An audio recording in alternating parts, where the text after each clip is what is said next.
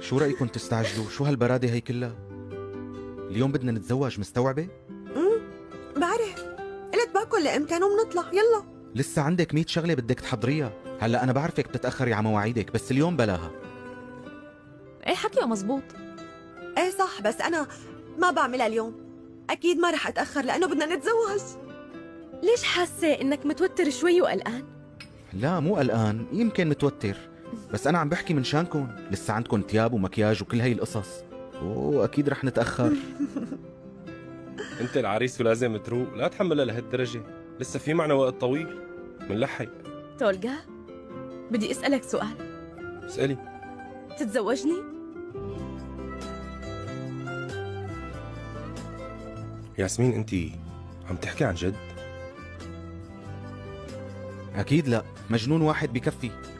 أمل، اصحك تفكري تاخديني قدوتك، قصدي بهالموضوع اقتدي فيني بأي شيء تاني. طيب ماشي. إذا بدك خديني قدوتك بالطبخ لأني شاطرة. ما جاوبتيني. عن جد عم تسألي إذا منتزوج؟ لا أكيد عم بمزح تولغا، طبعا مو عن جد. يعني أنا قلت بمزح معك، وكمان منه بجس نبضك وبختبرك. تختبريني؟ بس أنا وصلني الجواب. شايفه كيف لبكته وفوتته ببعضه؟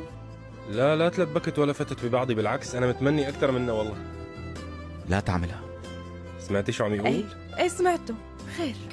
لا عن جد انا برايي ما في داعي نحن نجن مثلهم، منخلص دراستنا وفينا بعدين نعمل احلى عرس جماعي اذا بدنا. في شي نسينا، في شغلة كتير مهمة ونحن ما حكينا فيها. شو هي؟ شو بدك تلبسي سوسن؟ ضل بتيابي، ما معي شي تاني أصلا. أنا مستحيل أقبل تضلي فيهم. مو كل يوم رح تتجوزي، لا مو معقول. هلأ شوفي الفساتين يلي معي وجربيهم، ما بعرف إذا في أبيض، هلأ مندور سوا. البسي فستان زهري أحلى. ايه والله فكرة، الزهري كتير بيلبق لك.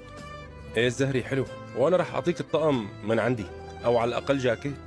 ماشي، بما أني عريس اليوم فأنا معكم. اتفقنا، لكن يلا اعملوا حركة. ليش قاعد لسه؟ بدل ما تضيع وقت قوم روح على الحلاق. في لموعدي نص ساعة. ايه روح لعنده على مهلك، يلا تحركوا مشونا. تمام، فهمت. اتركونا بنات لحالنا حاضر. مشان ناخد راحتنا.